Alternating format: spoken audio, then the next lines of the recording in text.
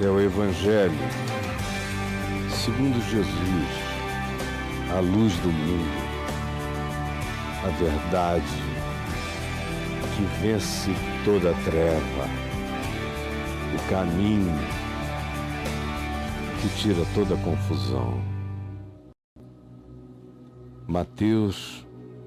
Em Mateus, no Evangelho segundo Mateus, Mateus era aquele publicano de Cafarnaum, maioral, maior de todos os cobradores de impostos daquela região da Galileia, com sede em Cafarnaum.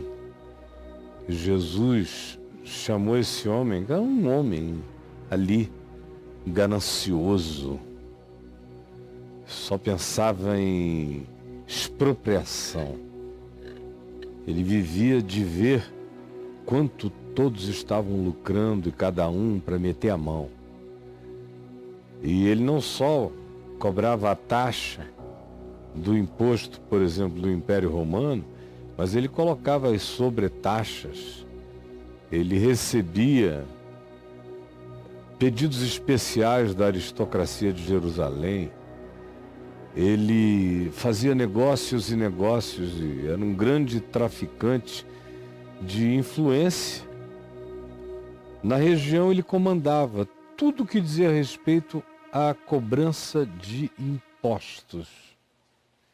Imagina o poder imediato local que esse homem tinha e como era a alma dele. Como era a alma dele.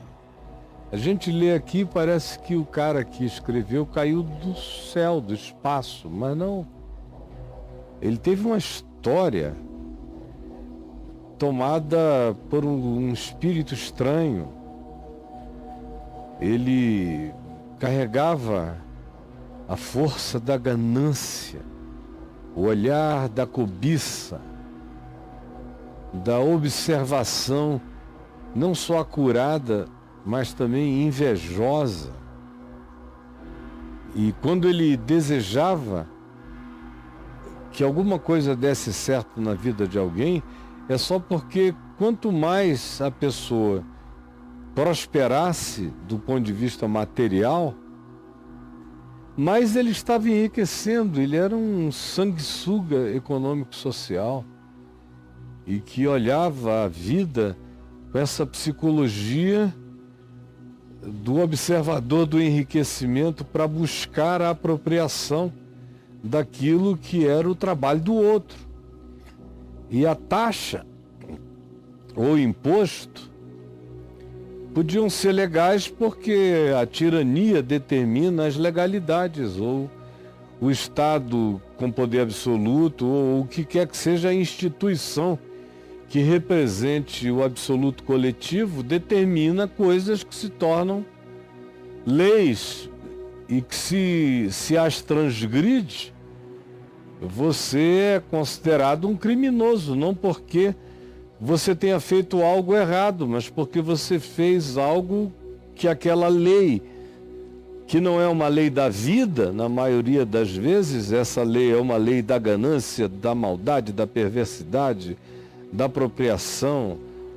No caso de Roma, e Mateus trabalhava em última instância para Roma, todos os habitantes de Roma não trabalhavam. Roma vivia como um grande sanguessuga e viveu como uma chupadora de sangue, como um grande dragão sanguinário, segundo a linguagem do Apocalipse. E os que se submetiam a essa cadeia se tornavam conforme esse espírito.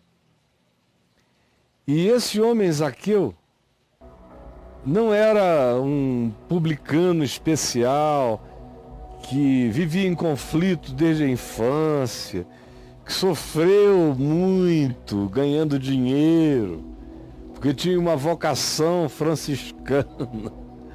Não, ele era um cara do meio que funcionava direito e que tratava com tosquice, com rudeza o seu próximo.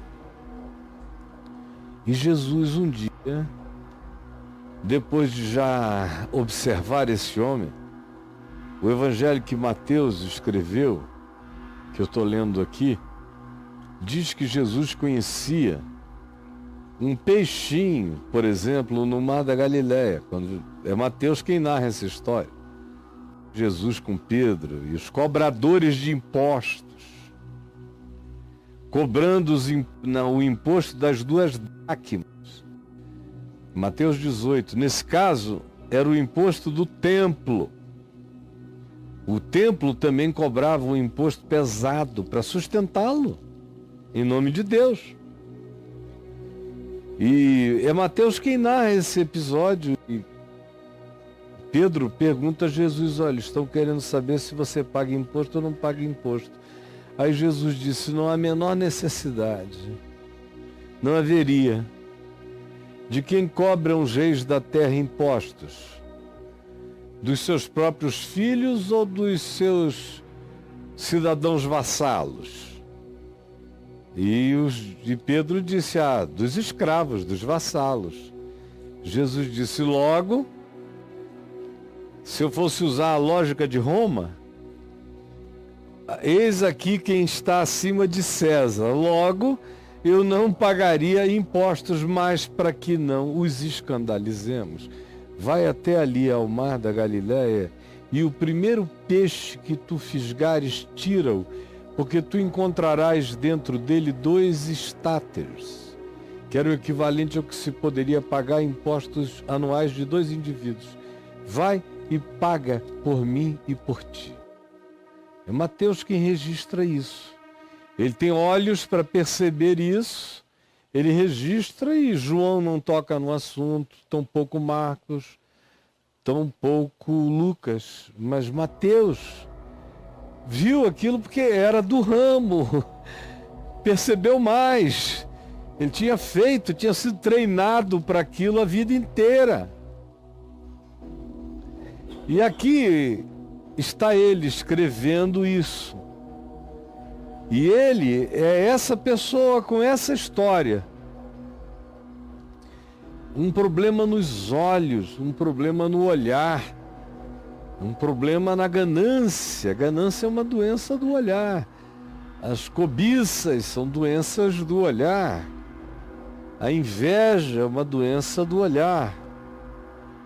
A observação judiciosa é uma distorção do olhar, quando você olha para tudo assim, procurando judiciosamente erro, equívoco ou transgressão, sem descanso. E ele era assim, até o dia em que Jesus disse: vem, Mateus, vem comigo. E o que se diz é que ele largou tudo na coletoria, na receita, no lugar onde ele ficava fazendo todas as cobranças. Ele largou absolutamente tudo e seguiu com Jesus. E agora, algumas décadas depois, ele está escrevendo palavras de Jesus, dentre elas essas que eu lerei. São os olhos a lâmpada do corpo. São os olhos a lâmpada do corpo. São os olhos a lâmpada do corpo. Chega aqui nos meus olhos. São os olhos a lâmpada do corpo.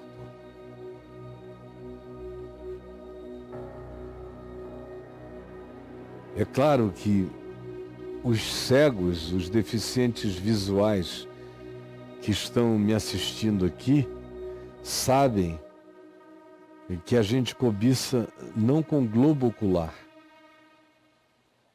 e que a gente enxerga a vida não com globo ocular, mas sim com os olhos do coração, aonde cabem cobiças, desejos, ganâncias, invejas, aonde também podem caber boas percepções, um modo diferente de ver, até porque a intenção original que aqui se manifesta é positiva. Não se diz que os olhos são a viseira do corpo, ou do ser, corpo que entra como o elemento total da manifestação humana plena na história. É o ente orgânico, o ente psíquico e o ente espiritual. Essa totalidade, essa síntese. É isso que se chama de corpo aqui. É a junção, é a convergência disso tudo. São os olhos, a lâmpada do corpo, pressupõe o que lâmpada sugere, luz.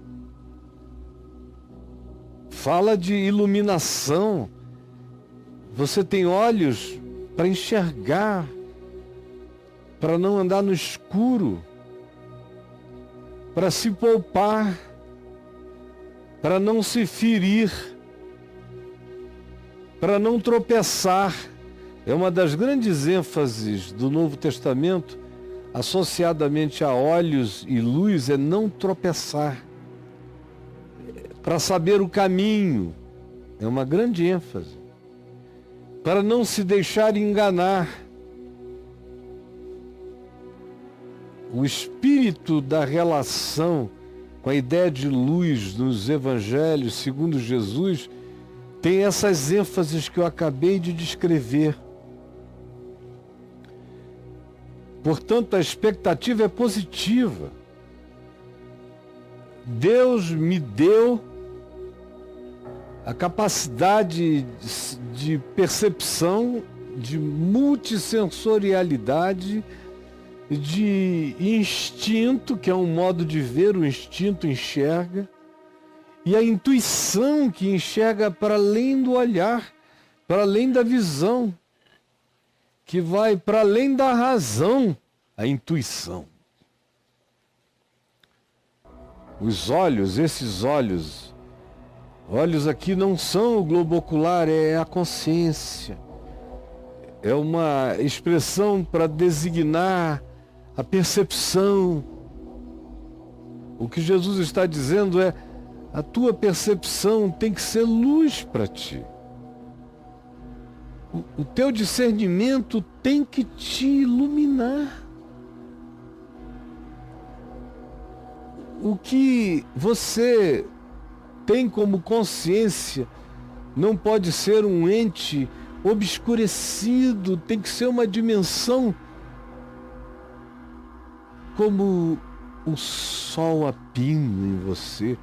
Tem que crescer, tem que virar um dia perfeito de compreensão, de entendimento, cada vez maior, de ilusão vencida todo dia. Porque você vê e você escolhe o que é bom, o que faz bem. Você sai do tropeço, você evita a morte, as visitações dela. Ela está sempre rondando. Não é em volta como na forma dessas tentações convencionais, é na forma do mal que nos habita. O perigo não está fora de mim, o perigo habita a minha mente. O meu interpretar, o significado que eu dou ou não dou às pessoas ou às coisas. É aí que está o olho. É aí, a partir desse lugar cognitivo, que a gente vê. Que eu vejo, que você vê. Por isso o cego está me vendo enquanto eu estou falando, porque a mente dele está discernindo o que eu estou dizendo, ele é só um deficiente visual. O cego mesmo, segundo o Evangelho, é aquele que tendo olhos não vê, tendo ouvidos não ouve, tendo coração para discernir, tendo inteligência espiritual bloqueia. Esse é o cego. Esse tropeça. Esse não vê a luz desse mundo. Mas Jesus disse, e quem está escrevendo isso, e o único que praticamente viu essa, embora Lucas tenha mencionado em Lucas 11, essa frase, mas em Mateus ela é significativa porque ele é o homem dos olhos, do imposto, da ganância, do dinheiro, da cobiça. Ele é o cara que relata como tinha um peixinho com uma moeda entalado com ela no fundo do mar da Galileia. Só um cara com todo aquele treino de impostos é que se importa tão profundamente com a história, por isso só ele a relata. E diz aqui, esse homem dos olhos, o apóstolo do olhar. São os olhos a lâmpada do corpo. Se os teus olhos forem bons, se a tua mente for boa, todo o teu ser, tudo em ti, vai ser atravessado de luz, de fótons materiais e espirituais e psicológicos, tudo é luz, atravessado de luz. Hoje em dia a gente sabe que até do ponto de vista orgânico isso é verdade. Experimentos onde se esvazia a câmara de todo o ar e se coloca ali elementos singularizados.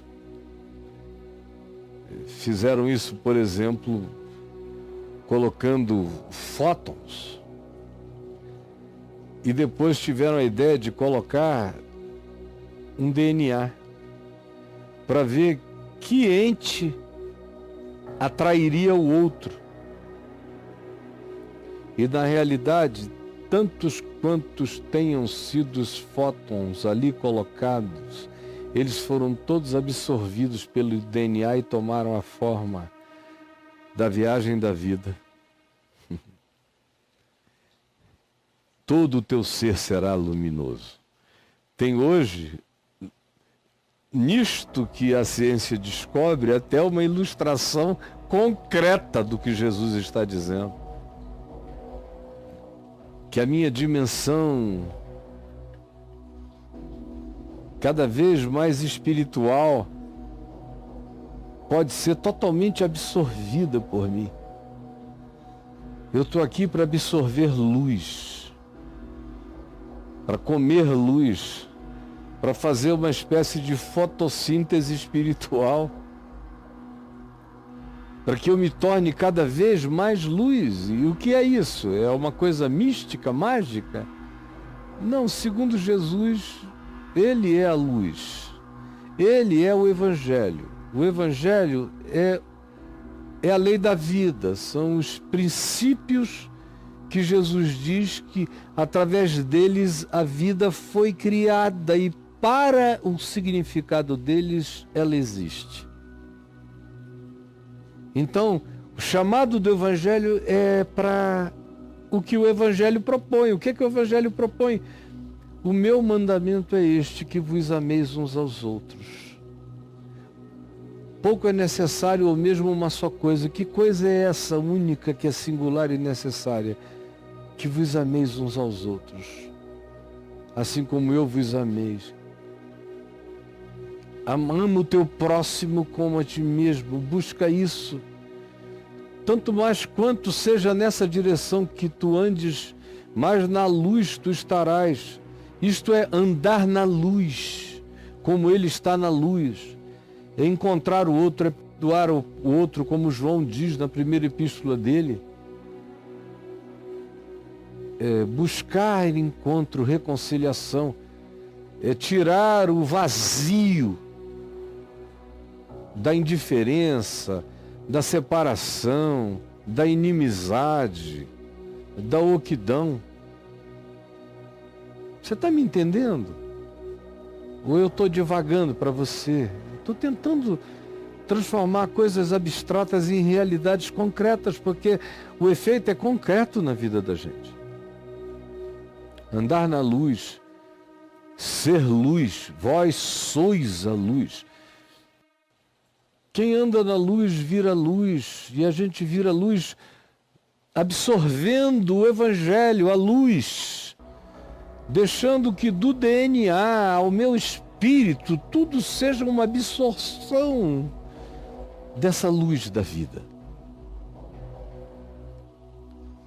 que tem o seu demonstrativo no mundo físico e tem o seu demonstrativo na dimensão existencial pela obediência ao Evangelho. Quando a gente pratica o Evangelho, a luz vai acendendo. E ela vai ficando cada vez mais forte. É como a palavra que Jesus usou, dínamos, ou dunamis, que é o do dínamo da bicicleta, por exemplo. Quando eu era criança, as bicicletas tinham um dínamo. E eu me lembro que o meu tio andava de bicicleta e lá em casa havia bicicletas também com dínamo.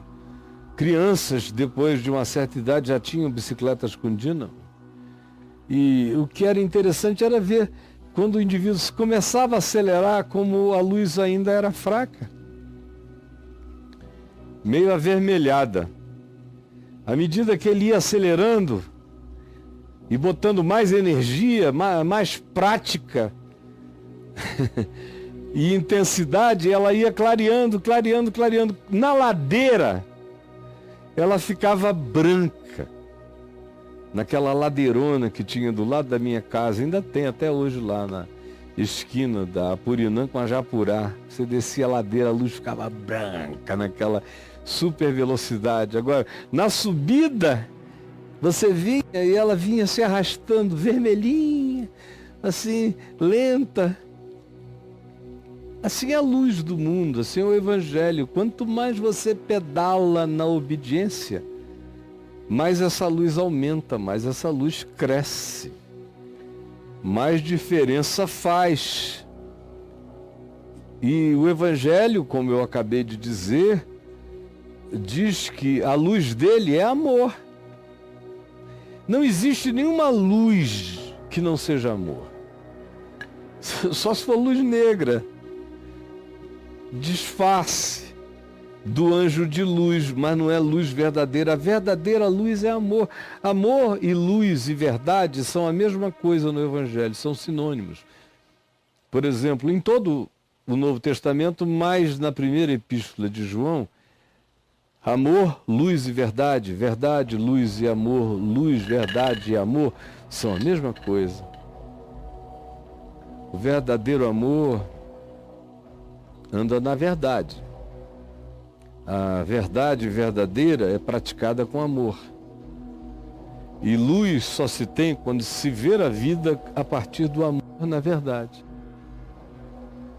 É tão simples de entender. Isso muda tudo, é isso que Jesus está dizendo. Se você está pensando que precisa ler uma enciclopédia para entender, não! Isso tudo, eu estou equipado com isso, até quem não enxerga está equipado com isso. Isso é um equipamento para a vida, é lâmpada, lâmpada para os meus pés é a tua palavra, é o Evangelho, tudo está vinculado. Quanto mais eu vou ficando cheio do Evangelho, é porque eu estou praticando. Quanto mais eu pratico, mais a luz acende em mim. E a luz é a obediência à palavra. A palavra é essa palavra de Jesus, do Evangelho. E essa palavra é ama, perdoa, não te vingues, busca reconciliação. Você errou? Peça perdão. O errado te pediu perdão, perdoe. Se ele não pedir perdão, perdoe também. Não ame apenas quem você goste, ame até quem você não gosta. Porque amor não é uma escolha de amizade. Amor é uma decisão, é uma atitude em relação à vida. Amor não tem nada a ver com quem o outro é. Amor tem a ver com quem eu sou. Amor é para mim, amor é minha luz, amor é verdade, amor é minha cura, amor é minha preservação, amor.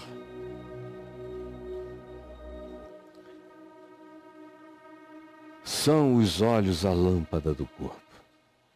Se os teus olhos, se a tua percepção for boa, todo o teu ser, em todas as camadas e dimensões, das concreções aos elementos mais abstratos e intangíveis da tua vida e da tua existência, tudo será luz. Quanto mais você se alinhe, tanto mais você será um ente de luz, atravessando esse mundo tenebroso. Um ente de luz atravessando esse mundo tenebroso. Se os seus olhos espirituais pudessem se abrir, você iria ver o que Jesus via. E Jesus via a existência conforme ela era em todas as suas camadas dimensionais. Ele não via só o que os olhos viam, ele enxergava todas as camadas da existência, todas elas. Por isso ele trata com tanta familiaridade o teu ser será luminoso, porque é assim que ele vê. Ele vê quem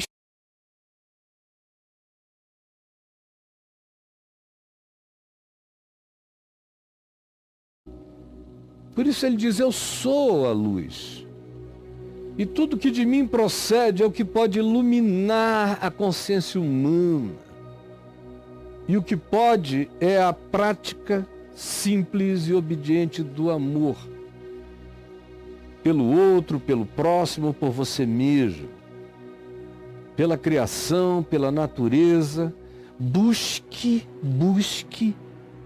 ser como a luz do mundo, como Jesus, o Cristo.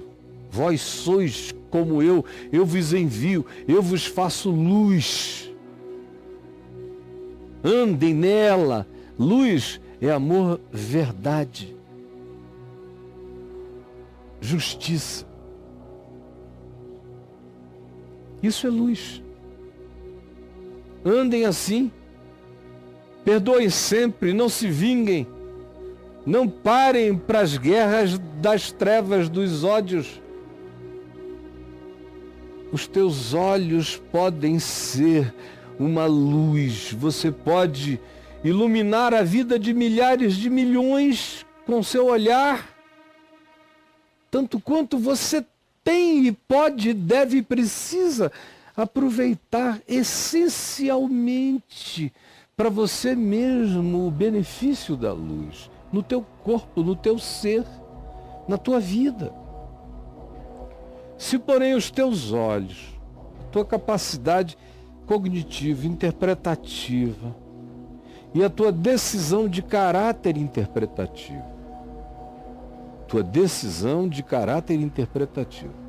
forem maus, se houver essa tendência à malignidade, tem gente que carrega uma tendência à malignidade. Infelizmente, tem pessoas que, durante a construção dos seus eus, dos seus seres, das suas essências, pessoas que se agarraram ou se deixaram fisgar. É um mistério que está para além de qualquer ciência até o dia de hoje determinar. E por isso Jesus disse que não se deve julgar e nem tampouco tentar separar o joio do trigo, porque não é uma tarefa que humanos possam realizar. Não é. Mas há pessoas que, quando algumas praticamente nascem, parece que algo foi mexido nelas no ventre, no útero. Outras vezes, muito pequenininhas, começam a se inclinar. Outras vezes são traumas que vão fazendo aquele pendor maligno ou aquela desconfiança se instalar. Ou aquela atitude. O fato é que quanto mais velho eu fico, mais eu vejo isso com os meus olhos, no desenvolvimento de pessoas. E você vai vendo as tortuosidades e como tem uns que nascem com uma propensão enorme a penderem para o lado melhor da existência, e tem outros que vêm e crescem, se desenvolvem na direção de algo mal. Às vezes não tem nem explicação de natureza social, de meio ambiente coletivo, relacional, de onde cresceu, o que o ambiente fez. Não. Às vezes é no melhor ambiente, você leva um susto com alguém que carrega uma escuridão dentro de si. E uma propensão, um gosto, um prazer naquela direção.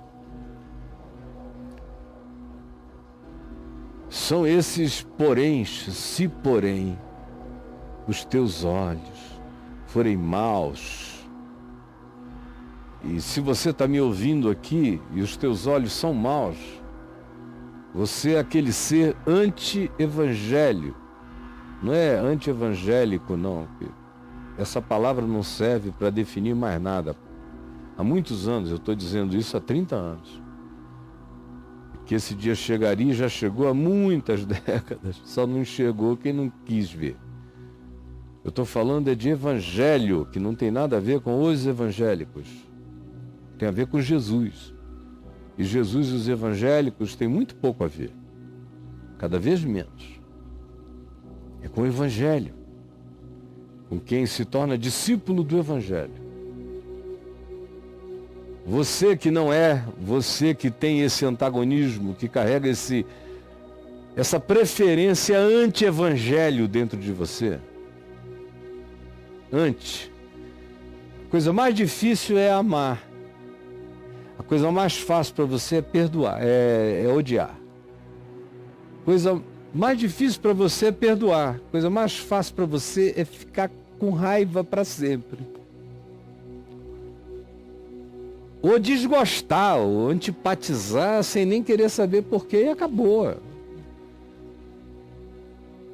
Se você que está me vendo e me ouvindo é assim, é desse tipo para quem a ira, o ódio, a indiferença, o deixa para lá, o vá se ferrar, vá se danar, vá patapati pariu, vá bababalará. Se você é desse tipo, que diz não sei, não quero saber, odeio quem sabe, não me fala. Se você é assim, os seus olhos são maus. Ou se você é cobiçoso, se os seus olhos são cheios de lascívia, concupiscente, você quer o que é do outro, quer tomar posse, você inveja, quando será que eu chegarei lá? Será que eu nunca chegarei? Está sempre faltando alguma coisa. Não há nunca nenhum contentamento, é sempre descontente. Então é porque os teus olhos são maus. Inveja, comparação, racismo, preconceito de qualquer natureza. Detesto gente feia.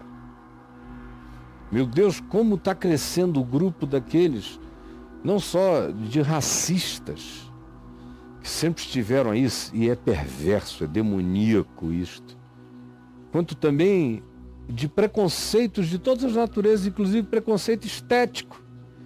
Eu tenho visto pessoas que odeiam outras pessoas. Você pergunta, é por causa do caráter? Não, é bom caráter. É por causa da idiotice que fala? Não, não fala idiotice não.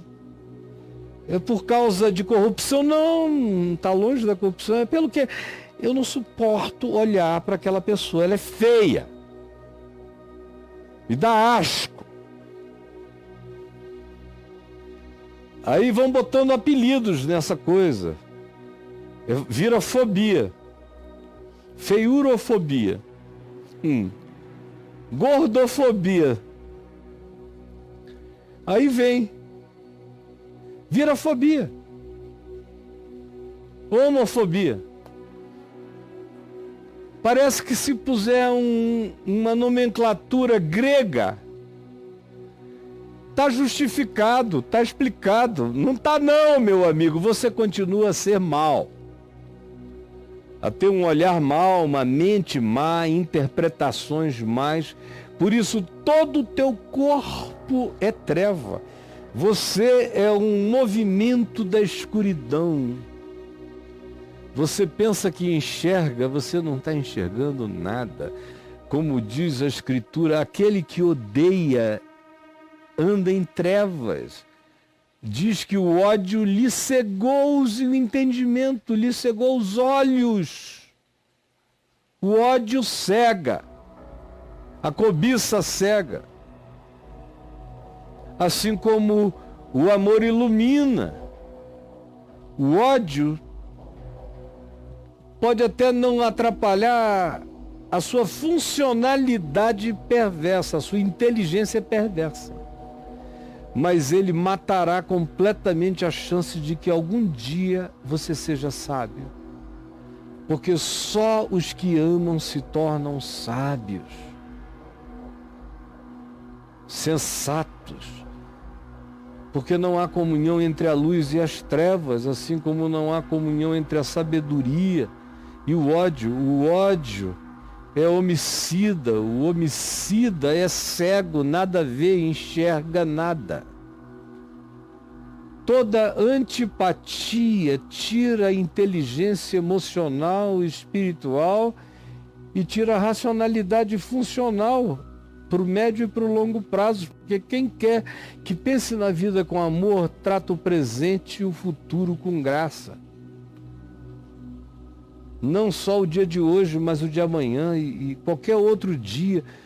Você vai preparando a vida, o amor prepara a vida. Ao invés de só pensar em si, destruir a existência. Não conseguem pensar nem na sequência biológica, nem nos filhos. Portanto, se é assim, se o que em ti deveria ser luz, que a tua consciência, que é sopro de Deus, que é dom de Deus, você foi feito para ser Deus conosco. Eu fui feito para ser Deus contigo. Eu sou filho de Deus. O meu chamado é para imitar meu Pai que está nos céus. E Jesus é o primogênito entre muitos irmãos para eu aprender a ser gente com Ele. Para eu aprender a ter mente com Ele. Para eu aprender a ser inteligente com Ele. Para eu aprender a sabedoria com Ele. Para eu aprender a fugir do mal e me livrar do mal com Ele. Aí você diz, mas Ele não terminou numa cruz? Não. Ele ressuscitou ao terceiro dia. É isso que vocês parecem que não entendem nunca. Ele venceu. O amor vence. O pessoal fica impressionado com a cruz. Pouca gente enxerga a ressurreição dos mortos. Agora, lembra do que eu falei no início? Eu disse que hoje é um experimento de natureza quântica, misturada com genética, esse experimento de colocar um lugar vazio de ar, absolutamente, com tiros de fótons dentro dele, e o material genético, para ver o que influenciava o quê. E, na realidade, todos os fótons foram absorvidos e ganharam exatamente a ordem que eles não têm e a formatação que eles não possuem do DNA, o que serve de ilustração extraordinária e maravilhosa para nos dizer que o amor cura, o amor é luz, a verdade cura, a verdade é luz. Eu preciso de luz, eu preciso absorver luz do meu DNA a todas as camadas dimensionais do meu ser. Eu sou filho da luz. Paulo diz aqui, escrevendo aos Efésios, um texto que eu tinha marcado e já ia deixando passar, no capítulo 1 da carta dele aos Efésios, ele diz, para que o Deus de nosso Senhor Jesus, o Pai da glória, vos conceda espírito de sabedoria e de revelação no pleno conhecimento dele, do Pai da glória, do Pai de nosso Senhor Jesus. E isso acontecerá quando? Quando forem iluminados os olhos do vosso coração, para saberdes qual é a esperança do seu chamamento, qual é a nossa vocação, para que a gente está aqui. Quando isso nos ilumina, quando a gente sabe que a gente está aqui para se tornar um Cristo eterno em Deus o Pai, que Ele é o primogênito entre muitos irmãos, que é para sermos tomados por toda a sabedoria e conhecimento de Deus, experiência da glória eterna. Quando os nossos olhos são assim iluminados e a gente discerne que essa é a nossa vocação na vida e que nós fomos chamados para a experiência da suprema grandeza do poder de Deus, para com todos aqueles que nele crerem, experimentarão a suprema grandeza do seu poder. Eu não posso nem imaginar o que seja isso. A suprema grandeza do seu poder é o que está me aguardando se eu for deixando o meu coração ser iluminado. A suprema grandeza do seu poder para conosco, os que cremos no Evangelho, nos deixamos transformar, ativar por ele, segundo a eficácia da força do seu poder, que ele já demonstrou qual é. Que poder é esse? É o mesmo que ele exerceu em Cristo quando ressuscitou a Jesus de entre os mortos, fazendo assentar-se à sua direita nos lugares celestes, acima de todo principado e potestade, poder e domínio.